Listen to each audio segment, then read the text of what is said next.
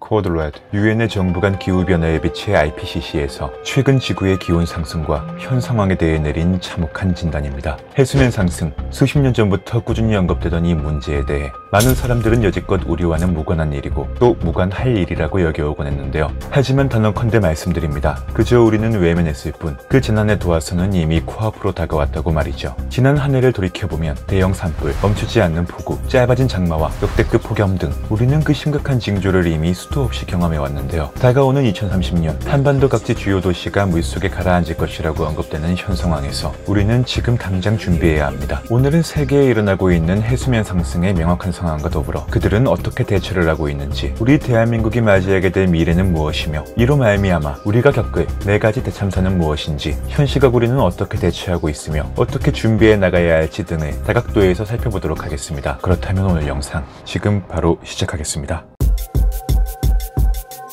모든 강변이 2m가 넘는 둑에 둘러싸인 곳, 이곳은 자카르타의 풍경입니다. 지금 이 순간도 계속해서 둑을 쌓아 올리고 있는 이곳 자카르타의 사람들은 마을 뒤편 저수지에 쓰레기를 쌓아 만든 축구장 면적 112배에 달하는 쓰레기 무덤을 손수 건설하기까지 했는데요. 이들이 이렇게 어처구니 없는 일을 하는 이유, 바로 해수면 상승으로 인해 야기된 해수 침범을 막기 위함입니다. 하지만 안타깝게도 이러한 각고의 노력조차 세계에서 가장 빠른 속도로 침수 중인 해수면보다 낮은 위치에 있는 자카르타에는 아무런 소용이 없는 상황인데요. 이렇듯 해수면 상승으로 국가의 존망을 위협받는 것은 비단 자카르타만의 이야기가 아니었습니다. 인도양에 위치한 1192개의 섬으로 이루어진 몰디브에는 총 220여 개의 섬에 사람이 살고 있으며 전체 섬의 80% 이상이 해발 2m 이하의 자리를 잡고 있기에 해수면 상승 문제는 이들에게 있어 생존과 직결되는 큰 이슈일 수밖에 없는데요. 실제로 2004년 당시 거대 쓰나미의 강타로 수도의 3분의 2가 침수되는가 하면 100명 이상의 사망자를 기록한 바 있었죠. 이에 몰디브 정부는 지난 20년간 산호지대에 모래를 썼는데 2,160억이라는 거금을 들여 해발 2m에 이르는 인공섬, 희망의 도시로 불리는 후르말레 인공섬을 건설하기에 이르렀으니 약 4km 면적의 후르말레 인공섬은 여의도 1.4배 크기에 5만 명이 거주 중인 상태이며 도시계획이 마무리된 후에는 그 5배가량에 이르는 24만 명이 이주할 예정으로, 이렇듯 해수면 상승이 생존과 직결되는 몰디브는 그 상황을 타개하고자 노력해왔음을 알 수 있죠. 이러한 상황은 이탈리아에서도 엿볼 수 있습니다. 2019년 당시 베네치아는 도시 곳곳이 물에 잠겨 우리에게 충격을 안겨준 바 랜드마크인 산마르코 대성당까지 침수된 풍경 아래 관광객들은 허벅지까지 차오른 물을 헤치며 나아가는가 하면 광장에서 수영을 하는 진풍경이 연출되기도 했는데요. 물론 베네치아는 과거에도 홍수로 인해 침수된 적은 있었으나 문제는 그 시기가 조금, 아니 많이 잘못되었다는 것에 있었습니다. 급격한 지구온난화가 물이 불어나는 시기를 앞당겨버린 상황으로 위기가 임박함을 느낀 베네치아는 최대 3m 높이까지 조소를 차단할 수 있는 78개의 차단벽을 설치하는 것으로 조치를 취했죠. 그렇다면 이쯤에서 궁금해집니다. 과연 우리 대한민국은 얼마나 안전할까요? 일반적으로 우리는 해수면 상승이 언젠간 피해를 가져올 수 있겠구나 라는 짐작은 알면서도 그 속도와 심각성을 명확히 체감하지 못하는 경우가 많습니다. 그러나 그린피스가 발표한 2030년의 시뮬레이션 영상을 살펴보면 우리가 얼마나 위험한 상태인지를 명확히 판단할 수 있는데요. 그 전망에 따르면 인천공항은 전부가 물에 잠기고 부산을 필두로 광안대교, 백스코 이하, 해운대 및 원동 일대는 사라지게 되니 기후변화가 초래한 수위 상승으로 인해 해안가는 사라지고 건물들은 물에 잠기게 되는 것이죠. 갑자기 왜 이런 일이? 라고 생각할 수 있지만 지구는 이미 꾸준히 그 심각성을 표출해왔습니다. 현재 국제사회에서 기후위기를 막기 위해 목표로 둔 온도 제한은 1.5도, 이 1.5도 상승까지 20년이 채 걸리지 않을 것이라는 것이 그 전망이며, 작년인 2020년까지 이미 1.09도가 상승한 상태인데요. 거진 1.1도의 변화만으로 세계 곳곳에 동시다발적인 산불에 불이 붙으면 몇 달이 꺼지지 않고 번지는가 하면 장마는 미뤄지고 내리는 비는 멈추지 않으며 역대급 폭염 앞에 전 세계가 몸서리를 치고 있는 것이죠. 과학자들은 이러한 상황이 지속되어 1.5도의 직면할 시를 가정해 코드 레드로 언급한 것이고, 고로 우리에게는 아직 기회가 있는 상황인데요. 부산의 일부 지역과 인천공항이 침수된다는 전망의 경우도 100%의 확정이 아닌 만조, 태풍이 겹쳤을 때 10%가량의 확률로 일어날 수 있는 것을 시뮬레이션한 상태이니만큼 지금부터의 대비가 중요한 대목이겠습니다. 물론 정부는 이를 손 놓고 보고만 있지는 않으며 부산광역시는 해상도시를 구축하여 해수면 상승에 대비하겠다는 의견으로 해상도시 오션익스 도입 의견을 아이디어로 내어놓았습니다. 오션익스는 유엔이 구상한 해상도시로서 5,500평 크기의 육각형 인공섬을 기본 단위로 하며 6개 섬이 결합하면 1만 명이 거주할 수 있는 작은 해상 도시가 만들어집니다. 외곽에는 태양광 발전 시설을 배치해 자급자족이 가능하도록 하며 파도와 바람을 막아주는 역할을 겸할 수 있도록 설계되어 있는데요. 무엇보다 오션엑스의 가장 큰 장점은 높은 파도나 태풍 등을 견딜 만큼 튼튼하며 제로 웨이스트 디자인 센터와의 협업을 통해 식량 자급자족과 자원 재활용을 이루는 것에 취지가 있으니 이는 마치 판타지 영화에서 볼 수 있을 법한 모습이지만 해양 생태계 오염을 최소화하는 친환경 기술들이 도입되었다는 점에서 여러 국가들의 롤모델이 되고 있습니다. 그러나 천문학적인 비용이 드는 문제이니만큼 최선책으로 볼 수는 없는 문제이며 이러한 파고까지 가지 않는 것이 보다 의미 있는 일로 볼 수 있겠죠. 그렇다면 이쯤에서 또 다른 의문점이 됩니다. 해수면이 지속적으로 상승하는 상황 속에 해수의 상승으로 해안가는 침수 피해를 입는 것은 알겠고 그럼 내륙 지방은 어떻게 되는 걸까요? 한반도 내륙 지방이 맞이하는 첫 번째 문제는 농촌 쌀 수확량 감소로 인한 식량 부족 문제입니다. 본래 벼농사는 폭우로 침수되더라도 24시간 이내 물을 뺀다면 회복이 가능한 반면 식물 전체가 물에 잠길 경우 산소의 공급이 끊어져 얘기가 달라지게 되는데요. 흙탕물에 잠긴 벼는 광합성을 하지 못해 산소를 발생시키지도 못하고 이러한 상황이 3일 이상 지속될 경우 벼는 자기회생을 하지 못해 죽음을 맞이하게 되며 쌀 공급량의 감소는 자연히 식료품의 물가 상승으로 이어지게 됩니다. 좀 더 자세히 살펴보자면 2020년 8월 당시 장마에 침수되었던 한반도의 노는 약 2655헥타르, 대한민국 논 면적이 83만 헥타르인 것을 감안하자면 대략 3% 정도가 침수된 것인데요. 통계청에 따르면 전년도 쌀 생산량은 350만 톤으로 2019년 대비 6.4% 줄었으며 1970년대부터 지금까지 중 역대 최저 생산량을 기록한 것으로 확인되었습니다. 이러한 현상은 아열대 기후지대에서 흔히 나타나는 일로 실제로 남아시아와 동남아시아는 잦은 침수로 인해 쌀 생산에 있어 매년 1조 원이 넘는 손실을 보고 있는데요. 이를 극복하기 위해 동남아시아는 길게 자라는 벼 품종인 침수벼를 재배하기 시작했으니 침수벼는 논이 만성적으로 침수되는 남아시아와 동남아시아, 서아프리카 지역에 자라는 품종으로 폭우로 잠긴 벼도 하루 만에 줄기가 25cm나 자라나 물 위로 머리를 내밀고 비가 더 오면 그만큼 더 자라나 위기를 벗어납니다. 이런 탈모약이 있으면 얼마나 좋을까요? 사실 여지껏 우리가 재배해온 벼는 키가 잘 자라지 않는 유전자 변이종으로 오늘날까지는 잘 쓰러지지 않고 수확량이 많은 것을 이유로 재배해왔으나 우리도 20년 뒤에는 2m 가까이 자라는 벼를 키울지도 모를 일로 볼 수 있겠습니다. 해수면 상승이 가져올 두 번째 재앙은 모기 개체수의 폭증입니다. 이 같은 모기 새끼는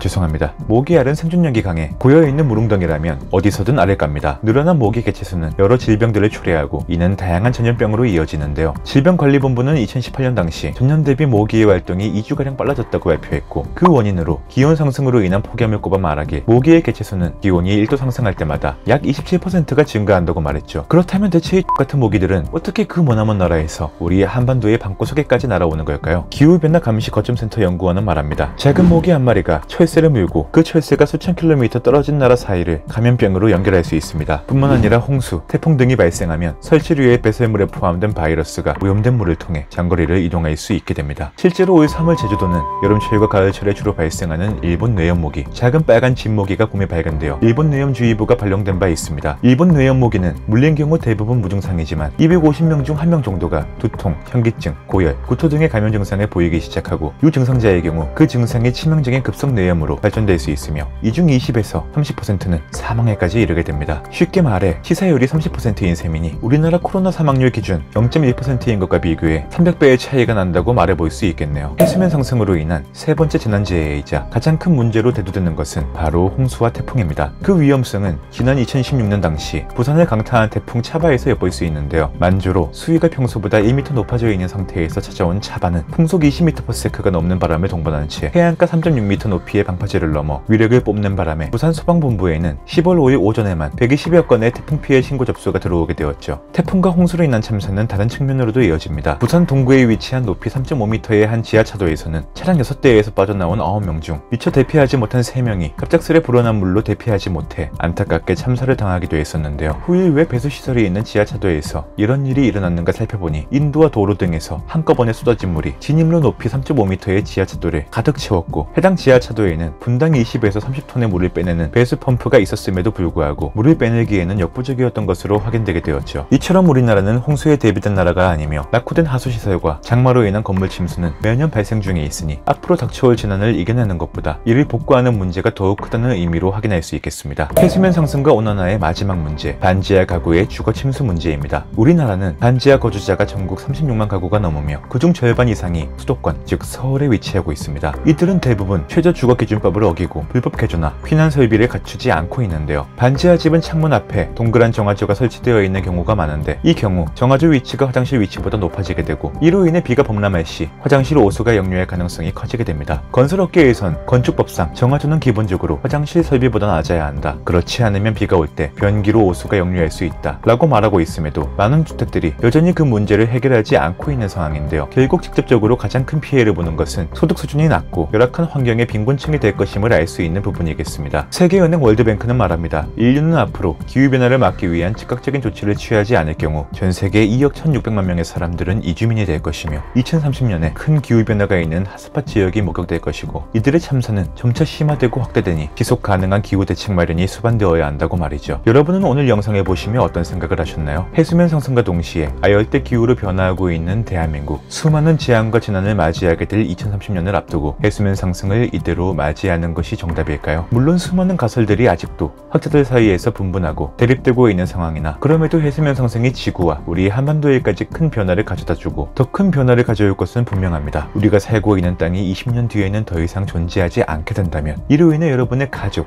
친척, 지인이 피해를 입게 된다면 여러분은 이에 어떻게 대비하실 텐가요? 미래를 위해 함께 생각해보는 시간이 되길 바라며 이상으로 오늘 준비한 영상은 여기에서 마치도록 하겠습니다. 거듭드는 야근으로 가슴속에 화가 나죠. 비속어가 늘어난 오늘의 영상, 여러분의 좋아요 하나, 댓글 하나하나가 진정으로 큰 힘이 됩니다. 흥미롭게 보셨다면 좋아요 버튼 잊지 마시고 꾹 클릭해 주시기 바라며 더 의미있고 재미있는 다음 영상으로 찾아뵙겠습니다. 오늘도 시청해주신 여러분께 진심으로 감사드립니다.